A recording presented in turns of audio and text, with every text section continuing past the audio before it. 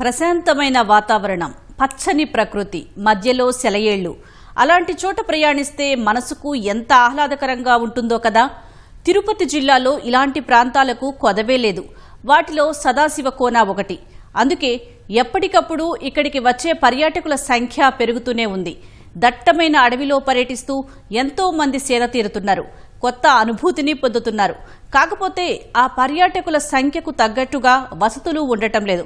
అందుకే రాష్ట్ర ప్రభుత్వం పూర్తిగా ఈ సమస్యపై దృష్టి పెట్టింది. కమ్యూనిటీ బేస్డ్ ఎకో టూరిజం ప్రాజెక్టులో భాగంగా సదాశివకోన పర్యాటక ప్రాంతాన్ని అభివృద్ధి చేసేందుకు ప్రణాళికలు సిద్ధం చేస్తోంది. అటవీ పర్యాటక శాఖల సమన్వయంతో అభివృద్ధి పనులను చేపట్టేందుకు కార్యాచరణ ఖరారు కానుంది. మరి సదాశివకోన ప్రాంతం ఎందుకంత ప్రత్యేకం? పర్యాటక పరంగా అక్కడ ఆకర్షిస్తున్న అందాలేంటి? ఈ అంశాలపై ఈటీవీ క్షేత్రస్థాయి పరిశీలన కథనం.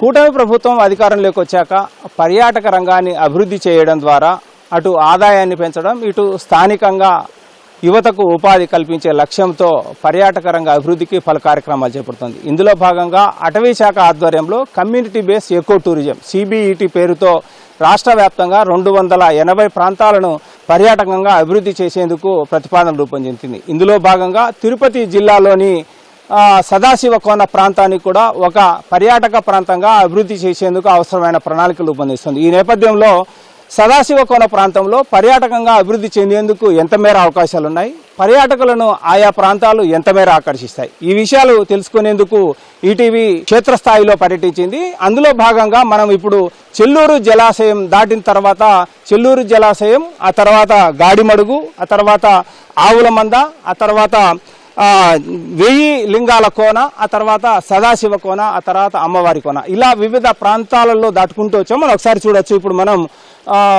ఆవుల మంద ప్రాంతంలో ఉన్నాం.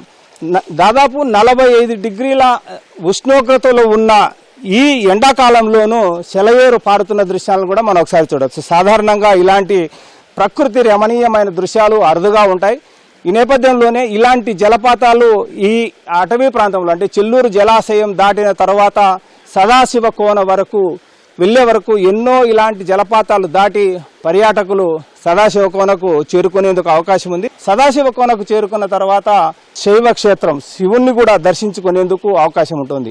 ఈ నేపథ్యంలోనే ఇది అటు ఆధ్యాత్మికం, ఇటు పర్యాటకం రెండూ కలకలిసి ఈ ప్రాంతం అంతా పర్యాటకంగా అభివృద్ధి చెందేందుకు అవకాశం ఉంది. ఈ ఆవుల మంద ప్రాంతంలో ఉన్నాం. ఈ ఆవుల మంద ప్రాంతం నుంచి సదాశివ కోనకు వెళ్దాం. సదాశివ కోనకు వెళ్లే మార్గంలో ఏ ప్రాంతంలో ఎలాంటి సెలయేళ్లు ఉన్నాయి, ఈ విషయాలన్నీ మరిన్ని తెలుసుకునే ప్రయత్నంలో భాగంగా సదాశివ కోనకు వెళ్దాం. క్షేత్రస్థాయిలో పర్యటించడం ద్వారా ఆయా ప్రాంతాల్లో ఉన్న పరిస్థితులను ఒకసారి గమనిద్దాం.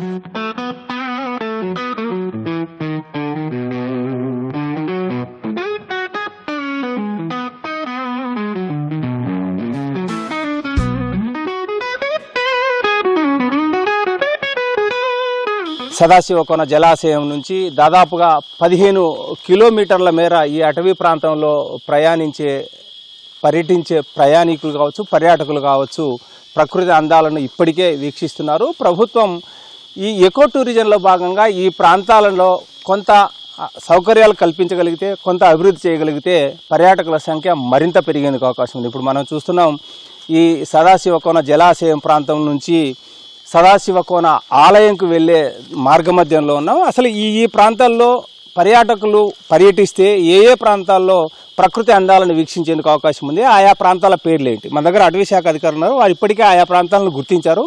అవి ఏవి ఉన్నాయి అనేది వారిని అడిగి మనం తెలుసుకుందాం.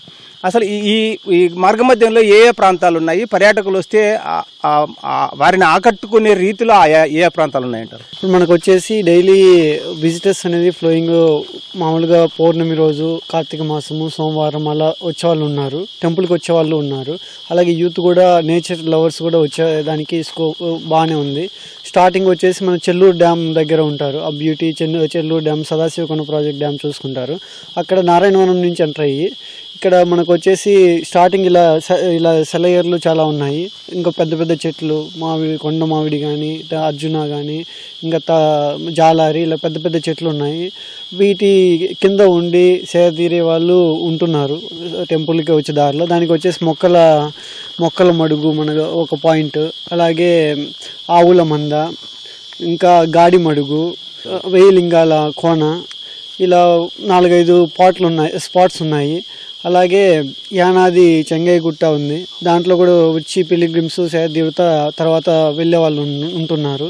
దీనికి లాట్ ఆఫ్ స్కోప్ ఉంది. ఇంకా సీజన్లో మనకి ఎక్కువ ఫ్లోటింగ్ కూడా బాగానే వస్తుంది. దీనికి కావాల్సిన సౌకర్యాలు కూడా మేము త్వరలో ప్రపోజ్ చేసి అరేంజ్ చేస్తాము. ప్రకృతి అందాలను ఆస్వాదించడమే కాకుండా ఇక్కడ మానవ సంబంధాలు కూడా మనం గమనించవచ్చు ఏ విధంగా ఉన్నాయన్నది. అసలు తమకు ఏమాత్రము పరిచయం లేని, ఏమాత్రం సంబంధం లేని వ్యక్తి యానాది చెంగయ్య చనిపోయిన ప్రాంతం దగ్గరికి వచ్చేసరికి ఈ ప్రాంతానికి వచ్చే పర్యాటకులు ఆయనను స్మరించుకుంటూ ఆ యానాది చెంగయ్య సమాధిగా భావించే ప్రాంతంలో తమకు తోచిన రీతిలో కొన్ని రాళ్లను ఉంచి ఆయన స్మరించుకొని పర్యాటకులు ఈ ప్రాంతాలకు వెళ్తుంటారు. ఇప్పుడు మనం మార్గమధ్యంలో ఉన్నాం. సదాశివకోన జలాశయం నుంచి సదాశివకోన ఆలయానికి వెళ్లే మార్గమధ్యంలో ఉన్నాం. మరికొద్ది దూరంలో వెళ్తే సదాశివకోన ఉంటుంది. అక్కడ కేవలం ఆధ్యాత్మికత కాదు, ప్రకృతి సౌందర్యాలు, అదేవిధంగా చారిత్రక సంపద కూడా ఉంది. అక్కడికి వెళ్ళి ఆ పరిస్థితులు ఎలా ఉన్నాయో ఒకసారి గమనిద్దాం.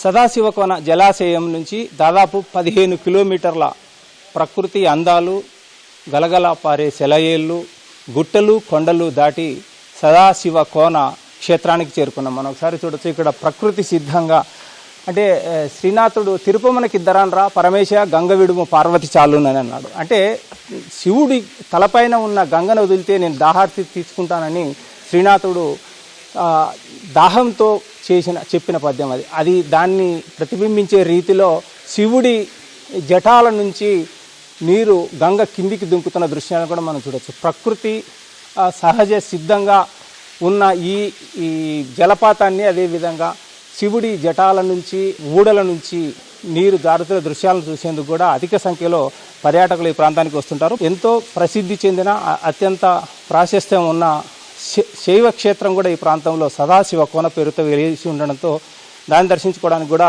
అధిక సంఖ్యలో భక్తులు తరలి వస్తున్నారు. అసలు పర్వదినాలే కాకుండా సాధారణ రోజుల్లో కూడా భారీగా భక్తులు తరలి వస్తుంటారు. మన దగ్గర ఈ సదాశివకోన చైర్మన్ ఉన్నారు. ఎలా ఈ భక్తులు దర్శనానికి ఎంత మేర వస్తుంటారు? ఈ అటవీ ప్రాంతంలో ఉన్న అందాలను వీక్షించేందుకు పర్యాటకులు ఎంతమంది ఎలా వస్తుంటారు? ఇక్కడికి మన ఆంధ్రప్రదేశ్ నుంచే కాకుండా తమిళనాడు నుంచి, కర్ణాటక నుంచి భక్తులు ఎక్కువ అధిక సంఖ్యలో వస్తూ ఉంటారు. ఇక్కడ ప్రతి సంవత్సరానికి వచ్చే ప్రతి శివరాత్రి పర్వదినానికి సుమారు 50,000 నుంచి 60,000 మంది భక్తులు వచ్చి స్వామివారిని వీక్షించి ఇక్కడ స్వామి యొక్క ఇది జలపాతంలో స్నానం చేసి స్వామిని దర్శించుకొని అటువైపు కామాక్షి అమ్మవారి గుడి, అటువైపు రాజరాజేశ్వరి గుడి వారి యొక్క అమ్మవారిని దర్శించుకొని వెళ్తూ ఉంటారు. ఇక్కడ ప్రతి పౌర్ణమికి స్వామికి విశేషమైన పూజలు, అభిషేకాలు, అలంకరణలు బాగా జరుగుతుంటాయి. కానీ అన్నదానం కూడా ప్రతి పౌర్ణమికి అన్నదానాలు విశేషంగా జరుగుతుంటాయి. స్వామి యొక్క సేవలో తరించడానికి చాలామంది భక్తులు స్వామివారి యొక్క నమ్మకంతో ఇక్కడికి చాలామంది వచ్చేస్తుంటారు. అంటే ఈ ఏర్పాట్లు ఎలాంటి ఏర్పాట్లు ఉన్నాయంటే ఎక్కడి నుంచి రావచ్చు? ఇటువైపు మనకు సదాశివకోన జలాశయం నుంచి ఇటు పుత్తూరు వైపు శ్రీ సదాశివకోనకి రావడానికి 3 మార్గాలు ఉన్నాయి. ఒక మార్గం పుత్తూరు నుంచి నాగులేరు కాడికి, నాగులేటి కాడి నుంచి 8 కిలోమీటర్ల నడకదారి ఒకటి ఉంది. వడమాలపేట నుంచి 8 కిలోమీటర్లు ఒక నడకదారి ఉంది. ఇట గుడిమల్లం, పాపనాడిపేట వయ్య గుడిమల్లం నుంచి వాహనాలు రావడానికి 2 వీలర్స్ కానీ, జీబులు కానీ అన్ని సౌకర్యాలు ఇటువైపు దాదాపు 14-15 కిలోమీటర్లు ఇటువైపు వస్తే కూడా స్వామివారి సన్నిధికి చేర్చుకోవచ్చు. ఈ సదాశివకోనకి రావడానికి 3 మార్గాలు: పుత్తూరు దారి, వడమాలపేట దారి, గుడిమల్లం దారి 3. సో ఇది ఈ 3 మార్గాల నుంచి సదాశివ కోనకు వచ్చే వారు భక్తులే కాదు పర్యాటకులు కూడా అధిక సంఖ్యలో, అంటే ప్రముఖ శైవక్షేత్రాన్ని దర్శించుకోవడానికి ఓవైపు ఆధ్యాత్మికతతో కూడిన భక్తిభావంతో ఈ ప్రాంతానికి వస్తుంటారు. ఇది ఇక్కడున్న పరిస్థితి. సదాశివ కోన నుంచి మనం కామాక్షి కోనకు వెళ్దాం. ఆ ప్రాంతంలో మరింత జలపాతాలు ఉన్నాయి. ఆ జలపాతాలకు అధిక సంఖ్యలో పర్యాటకులు తరలి వస్తుంటారు. అక్కడ ఎలా ఉందో అక్కడికి వెళ్ళి ఒకసారి పరిశీలిద్దాం. జలపాతాల సవ్వడి ఓవైపు, పక్షుల కిలకిల రావాలు మరోవైపు. ఇంతకంటే పర్యాటకుడి కనువిందు చేసే అంశాలు ఏముంటాయి? ఇలాంటి ప్రకృతి రమణీయమైన సహజ సిద్ధమైన అందాలను వీక్షించేందుకు ఈ ప్రాంతానికి వచ్చే పర్యాటకులకు ప్రభుత్వం సరైన రీతిలో సౌకర్యాలు కల్పించగలిగితే ఈ ప్రాంతం అంతా ప్రభుత్వం ఆశిస్తున్న రీతిలో ఎకో టూరిజం ప్రాంతంగా అభివృద్ధి చెందేందుకు అధిక అవకాశాలున్నాయి. కెమెరామెన్ భాస్కర్తో వి నారాయణప్ప, ఈటీవీ న్యూస్, సదాశివకోన నుంచి.